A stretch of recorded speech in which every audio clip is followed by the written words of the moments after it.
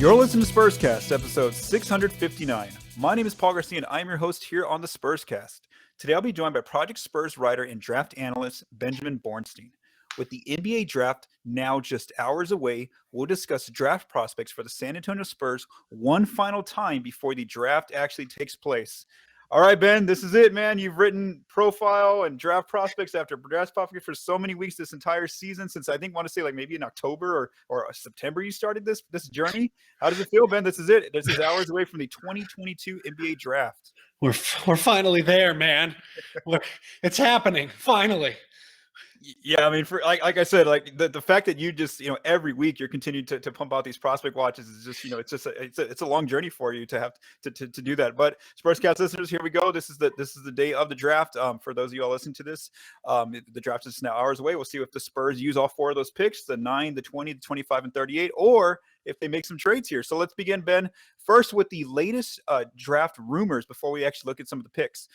So the main rumor that's come out lately was on Tuesday. Out of Bleacher Report, writer Jake Fisher reported that the Spurs, New York Knicks, Indiana Pacers, and Washington Wizards do have interest in trading up to the fourth pick, which is the Sacramento Kings' pick. And I know that you and I and Trevor Zitgraf, when we last had the last Spurscast episode, we discussed, trading up to get to with the Kings. At that time, we were kind of hoping that maybe Paolo or Chet or somebody falls, but it doesn't look like that's going to happen. Those three players are a consensus top three: Jabari Smith, Chet Holmgren, and Paolo in some sort of order, no matter what now at this point. So according to this reporting, the Spurs and Pacers would have interest, though, in landing a player. We talked about Keegan Murray if they could get the fourth pick from the Kings. The Kings don't look like they're going to take Jaden Ivey, who's a favorite to go 4 right now, according to a lot of mocks. The reason why is because they didn't work him out. It's another guard on their roster, and if they do keep the pick, it does seem like, according to different draft analysts, that they're going to take Keegan Murray there at 4. Now, who is Keegan Murray? He's a 6'8" player out of Iowa.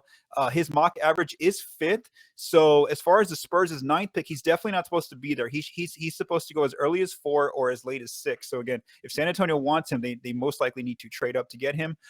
Just some other draft rumors. Adrian Wojnarowski of ESPN was on the ESPN mock draft special on Tuesday night, and he basically says that the Spurs are trying to move the 20 and 25 picks up to try to get into the teens area, like the 11 through like 19 range. That's another offer that they're kind of looking at. And then Zach Lowe didn't report that the Spurs are shopping this type of deal, but he was just kind of mentioning that he was trying to see what the Spurs might get for like the number 9 pick in Keldon Johnson, which we addressed on our last episode, or the number 9 pick in Devin Vassell to try to move up. And so he did say that he could see the teams probably taking both sides agreeing to the Keldon in 9 situation. But as far as moving Vassell in 9, that one the Spurs may be a little bit more hesitant. So I know that's a lot of information, Ben. What are your thoughts on this rumor of the Spurs maybe moving up to try to get Keegan Murray? Makes perfect sense. Also, I wouldn't put it past the Kings to take Jaden Ivey anyway, despite not working him out, because that's still something the Kings would do. I am almost fairly certain that they have done that before, where they didn't work a guy out and they still ended up taking him. Yeah. So I wouldn't put it past them. If your philosophy is best player available, Jaden Ivey is the best player available at number 4 for them. It's a very clear tier. It's those top 3 bigs. It's Jaden Ivey in his own tier, and then Keegan Murray and a few other guys after. So to me, that seems like it would be pretty dumb for the Kings to pass up on him. But again, the Kings do these things. As far as the Spurs getting into the top 4, it's definitely going to require the 9 pick, or it may even require, like you said, the 9th and Keldon, or 9th and someone else, maybe 9th and Devin Vassell. Not that I'm advocating for that, just saying that's probably what it would take. So ideally what you're hoping for is you trade your 9th pick, you trade a guy out, and the person you're bringing in can essentially replace them, or you're counting on them to be better in year 1 or 2 than that guy was currently. And then what do you think about that rumor by Woj of maybe packaging 20 and 25 and trying to get a pick there in the teens? So I have here, for those of you that are watching this Spurscast on the video format, I have the players, their averages from like 11 through like 17 here. So we have some players: Jalen Duren, AJ Griffin, Ousmane Dieng, Jeremy Sohan, Mark Williams, Ochai Agbaji, Jalen Williams, and then lastly, Jalen Williams of Santa Clara, should we clarify, and then Tari Yes. Eason. So what do you think about the Spurs potentially moving 20 and 25 together to move up into that range of like 11 through like 17 range? What are your thoughts there? Yeah, I think that's great. That's pretty good value to get up into the early teens, maybe even preteens, 12, 13-ish. You could get a guy like Ochai Agbaji, especially if if you're running under the assumption that the Spurs are also making the 9+ player trade to the Kings, then that kind of makes sense right there as well, because you've got your top 4 pick. You're going to move 2 other picks to get into a team pick, and you still have your second rounder. You're essentially only picking 3 guys. Yeah. You've also gotten rid of one. So, you have a net of 2 guys, yay math, but you also have a guy that you now don't have to worry about a contract extension, whether you trade Devin Vassell or Keldon Johnson. You got 3, well, 2 for sure, guys who are going to be on a rookie contract, your second rounder potentially on a 2-way contract. So it might make more sense as far as the salary cap goes, or as far as staying under and making yourselves more flexible to potentially go after a DeAndre Ayton or a John Collins trade. Having said that, from everything I've been reading and seeing, I know that Woj is convinced that John Collins gets moved sometime before the draft. Yes. And of course, with my luck, that's going to have happened by the time this gets posted. So yeah, I would like to say that I am clairvoyant. I want that on record. Yes, and one thing I made a mistake was I always put a timestamp on the Spurscast because of trades and things like that, breaking news. So I do want to clarify that Ben and I are recording this on Wednesday evening, the day before the draft, but it'll come out on a Thursday, this episode. So yeah, so definitely I agree with you there. I think that's the best approach. Again, if you can move 9 and one of the rotation players to get if you really like Keegan Murray there at 4, then yes, I think you do that. If not, you take 9 and whoever's there. And then I think the best approach is like what you said, Ben. I agree. Trade 20 and 25 together to hold that roster space, because that you're drafting 4 picks is a lot, and then you can get a player there in that 11 through like 17 range. And then there's your 2 players in the first round, which will have guaranteed contracts, and then your second round pick, like what we talked about with Trevor last time. I think that's a great spot for a player. If they're really good, then yes, give them a roster spot. But if not, then put them on a 2-way contract. I think that's just the best way to utilize your limited roster space if you're the Spurs, and then also to preserve your most amount of cap space too. Like you were saying, Ben, if they want to go after a certain specific free agents, or if they want to try to trade for a player who's out there on the trade market. All right, let's move on to our second topic, and this is our final look at prospects here in the 9th pick range. So again, kind of what I've done, Spurscast listeners, if you all have listened to us in the last few episodes, is I kind of listed the players in the latest mocks, and then Ben was kind of ranking them. But this time we're not going to really rank. We're just going to talk about who's your favorite player there. So I'm going to go ahead and share the screen, so that way those of you watching on the visual format can't see these players. All right, so the multi mock mentions. These are players who are mentioned multiple times at 9. This is Ousmane Dieng, 6'9" out of New Zealand, the New Zealand Breakers. His mock average is 12, so this will be a little early for him. Jalen Duren, 6'11" out of Memphis. He's also mock average is 11th, so this will be a little early for him as well. The players who are getting 1 mock mentions right now to the Spurs are Dyson Daniels, 6'6" out of the G League Ignite. He's actually expected to go 8th, so he may not be there at 9. The Spurs do have interest in him. When I say interest, it means that they've either worked out the player, they're going to work out the player, or actually technically they wouldn't work out any more players. They've worked out the player, or they've interviewed the player. Johnny Davis, 6'5" out of Wisconsin. His mock average is 10th, so this would be just one spot shy, and the Spurs do have interest in him.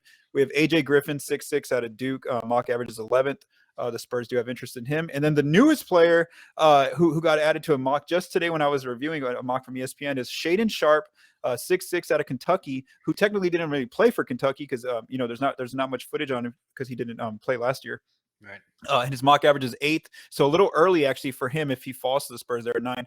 The Spurs do reportedly have interest. And then before I ask you the questions, Ben, just one thing to note is that general manager of the Spurs, Brian Wright, did hold a press conference earlier. It's a pre-draft press conference, and he basically was asked the question, are you drafting from best potential player available at your spot at 9, or are you drafting based on team fit, which is, we all know the Spurs need size, they need a big, and he basically said that no, they're definitely drafting based on best player available, especially long term for their organization. So again, if it's another guard and they think that's the best player there at their draft spot, they're going to take the guard. It's just the way that he says that they've always approached their draft, and that's the way they're going to continue to do that.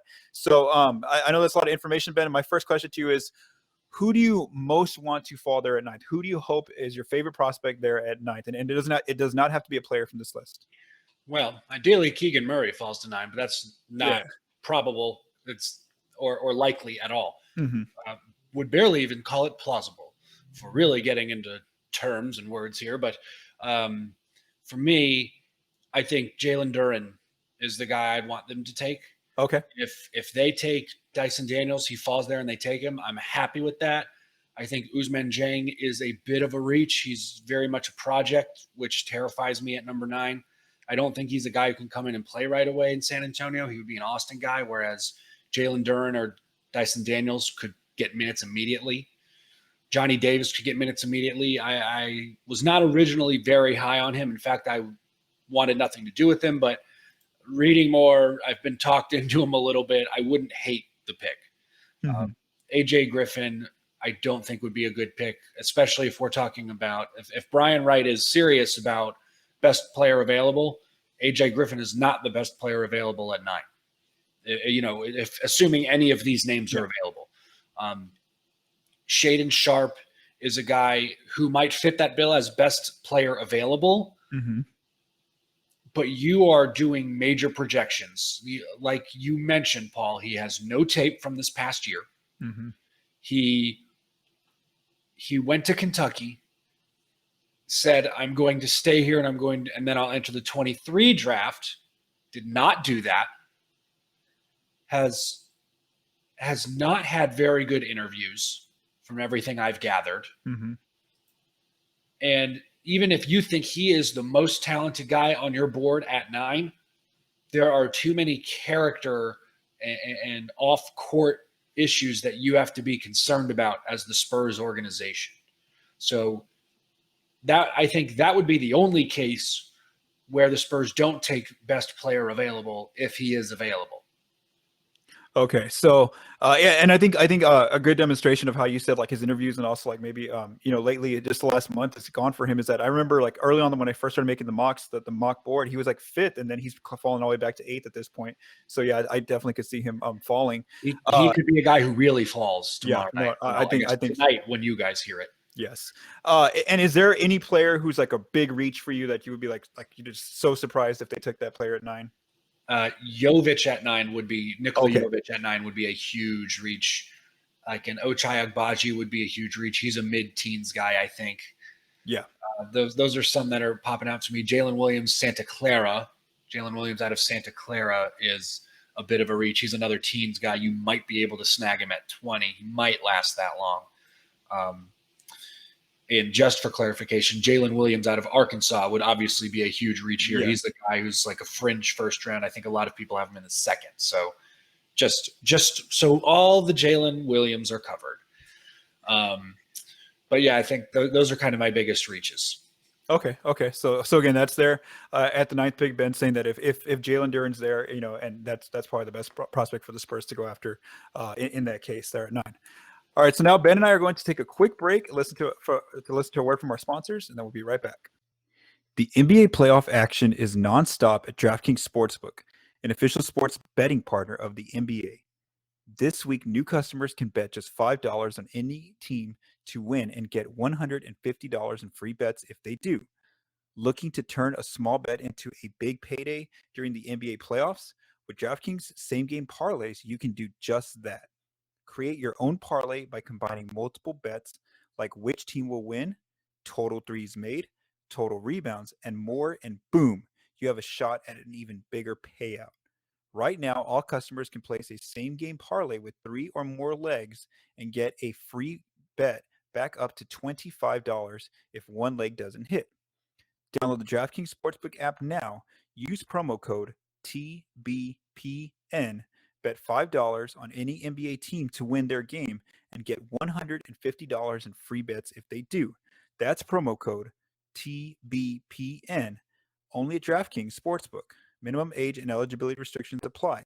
See show notes for details. All right, Ben. So let's get right back into this episode. Now let's talk about the 20th pick. Again, we don't know, if the Spurs are going to trade this pick specifically, because like I said, it's been mentioned in trade rumors already. So some of these picks, but let's just go over in the event that they do draft the 4 players. So let's first begin by looking at some multi mock mentions here at 20. They have changed a bit since we last spoke with Trevor in our last Spurscast episode. The first player multi mock mention is Blake Wesley, 6'5" out of Notre Dame. His mock average is 21st, so the Spurs are getting him about an area early. The Spurs do have interest in him reportedly.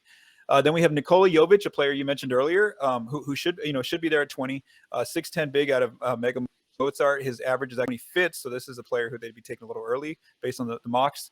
And then there's a bunch of players here for the one mock mentions. There's a Ty Washington, 6'3" guard out of Kentucky. His mock average is actually right there at 20th. The Spurs do have interest in him. We have Dalen Terry, 6'7", out of Arizona. His mock average is 23rd, so kind of right there in that 20th range. EJ Liddell, a player that Trevor really liked when we last spoke, 6'7" player out of Ohio State. Mock average is also 23rd.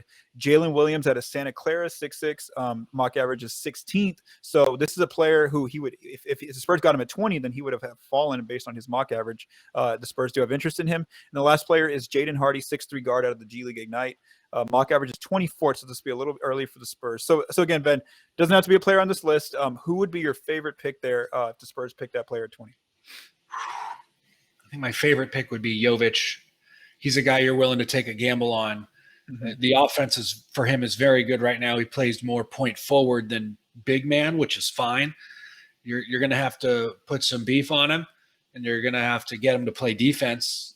That's been a real concern in his professional career. So I think if you feel comfortable, if you're the Spurs and you say, we know the defense isn't very good for him, but we think we can fix that and we're comfortable in that, fine, great, take him at 20. My guy after that would probably be EJ Liddell. I really like EJ Liddell. It's really funny. So he and Dalen Terry are the same height, but they are completely different players. EJ Liddell plays much bigger than his height and his size.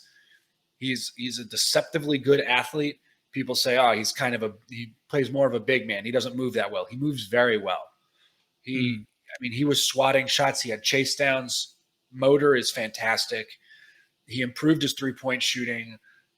I like everything about him. And at 20, I feel like that is little to no risk for the Spurs. That's a guy who can come in and play 4 for you. He might be a bit of an undersized 4, and he could probably even play a little bit of undersized small ball 5, but I think he's going to keep some defenses honest because he can space the floor. Okay, so he can really shoot the ball. And then my next question would be, who's the player that if the Spurs take this player at 20, it's going to make you just not happy at all, not very upset? Like, why would you take that player right there? Who's that player if there's one? I mean, out of the guys you have here, Blake Wesley would actually make me a bit upset, even at 20. I don't think he's a very good fit. I think he's a bit more volume shooter than you'd like, and the Spurs already have a 6'5" guard that they really like who does all the things that they want out of him. So why go and get another one? Not to say that they can't go out and get a guard. That would be totally fine. I just don't like Blake Wesley there. I would argue, if EJ Liddell isn't available, go get Dalen Terry. He's a guy at Arizona. He was playing point guard a little bit, and he was feeding guys like Zulis Tubelis, Koloko, Omar Ballo, Benedict Mathurin.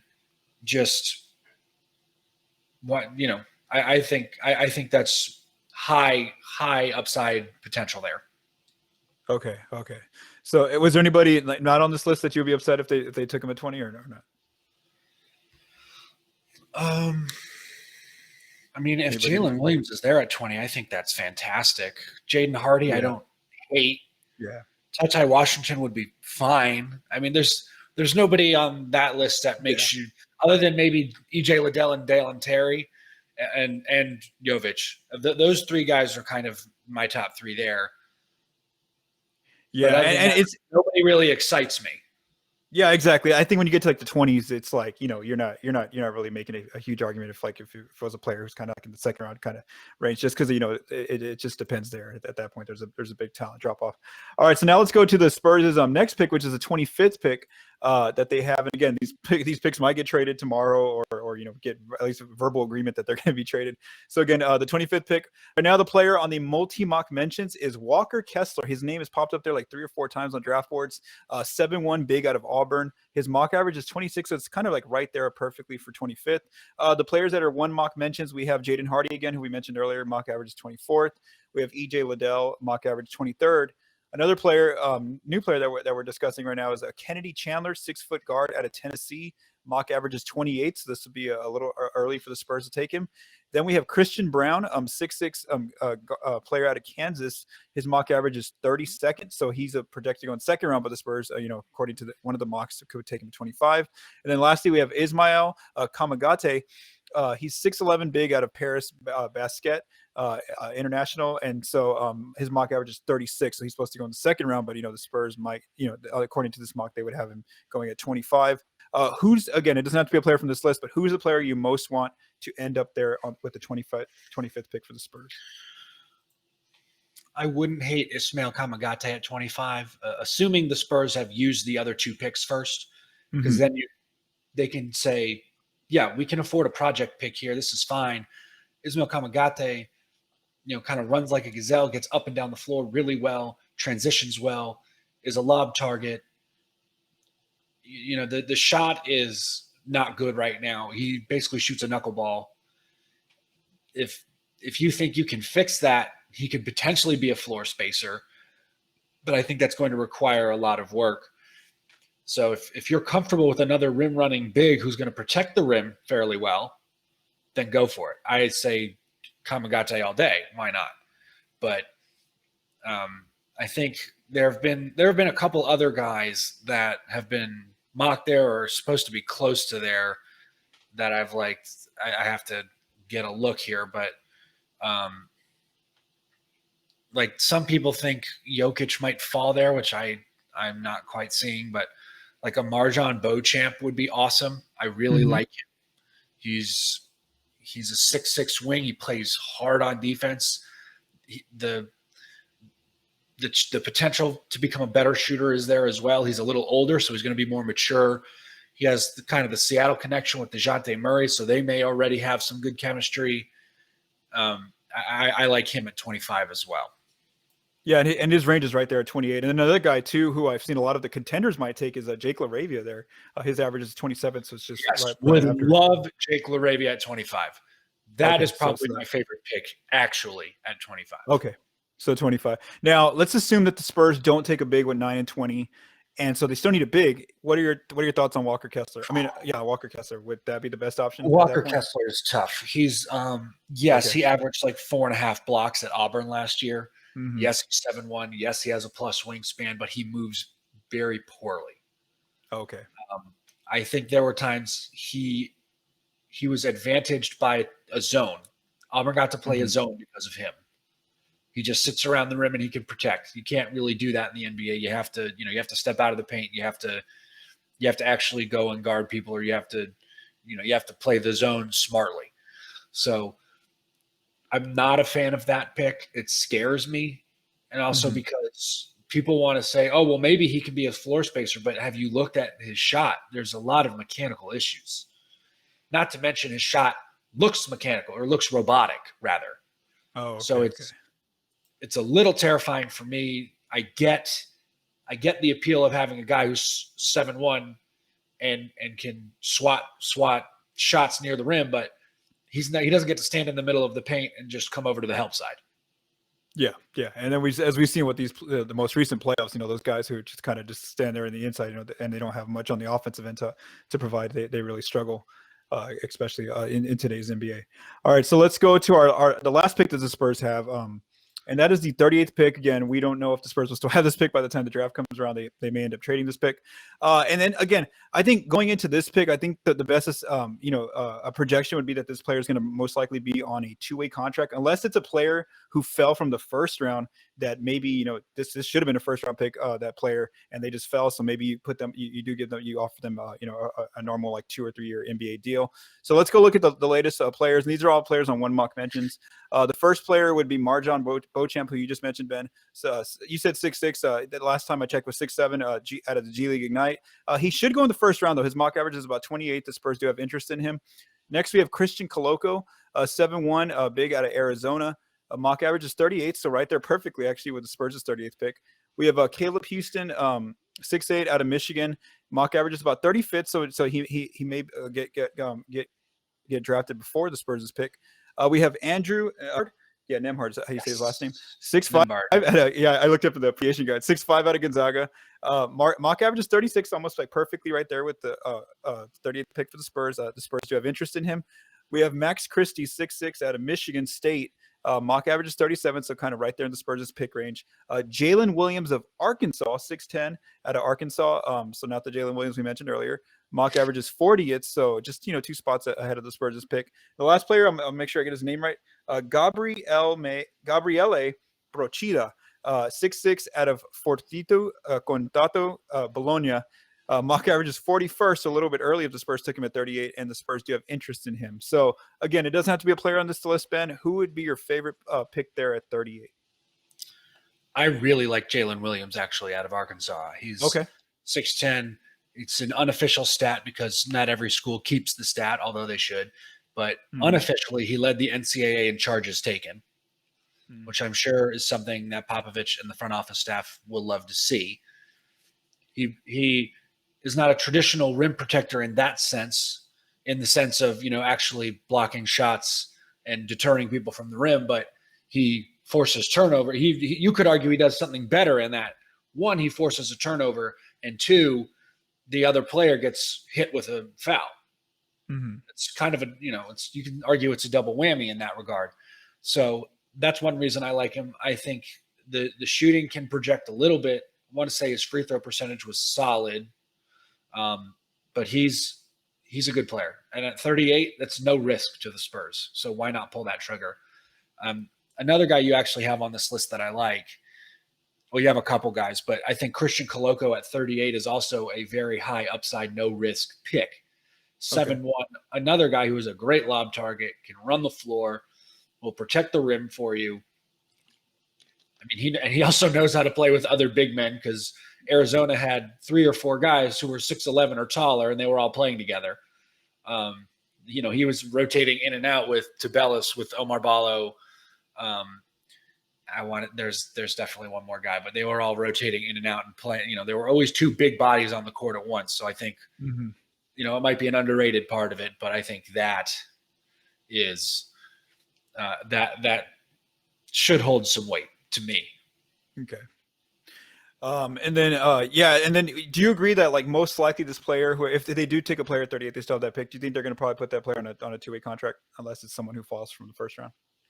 Yeah, whoever is coming at 38 is going to Austin unless they just like wildly outplay expectations. They're just killing people in the G League. Then, the Spurs probably have no option but to say, well, we got to convert we either have to, make it a full-time 2-way, whatever it is, or we got to bring him up more often. Yeah. Exactly. I think that if it's like a player who is supposed to go in the first round, maybe like a Marjan Beauchamp 28, and he ends up falling to 38 and the Spurs take him, well, then I could see them maybe giving him like a 2 or 3 year deal on a full NBA contract. But like you said, sending him to Austin more so than playing him in San Antonio. That kind of wraps it up. Spurscast listeners, thank you all for listening. Again, we'll kind of see. This is it. I mean, we'll see. The next time I talk to Ben will be after the Spurs have made these picks, so whatever picks they still have on the roster. Because again, we do think that they're going to most likely make some trades here. Because if they draft 4 players, that's a lot. That's a lot of players to add to the roster. Again, with the team that's already has so much limited roster space, especially with free agency starting just the week after. So don't forget to visit projectspurs.com. Any offseason news, we are going to make sure to report that. So latest thing was the G League, not the G League, the Summer League schedule came out for the Spurs in Las Vegas. You do want to check that out because those games are going to be fun because that'll be your first chance to see some of these draft picks that the Spurs take, and also some of the players that are taken by the other teams as well. early on before they begin full NBA careers, those players. I've also been writing some free agent scouting reports. Now the free agency starting here on June 30th. The first 4 that I wrote up were on DeAndre Ayton, who's a restricted free agent, Zach LaVine, who's an unrestricted free agent, Colin Sexton, who is a restricted free agent, and then one of the Spurs' own free agents, Lonnie Walker IV. I'll be writing some more scouting reports on different free agents as well. And then lastly, just check out any players that you're interested in before the draft gets here. Check out Ben's series, the Prospect Watch series that he has. He also has a piece about some other players. He wrote 4 or 5 players earlier today that you can check out as well over on ProjectSpurs.com. So for Benjamin Bornstein, thank you also to Joe Garcia. I am Paul Garcia. Thank you all and have a great day.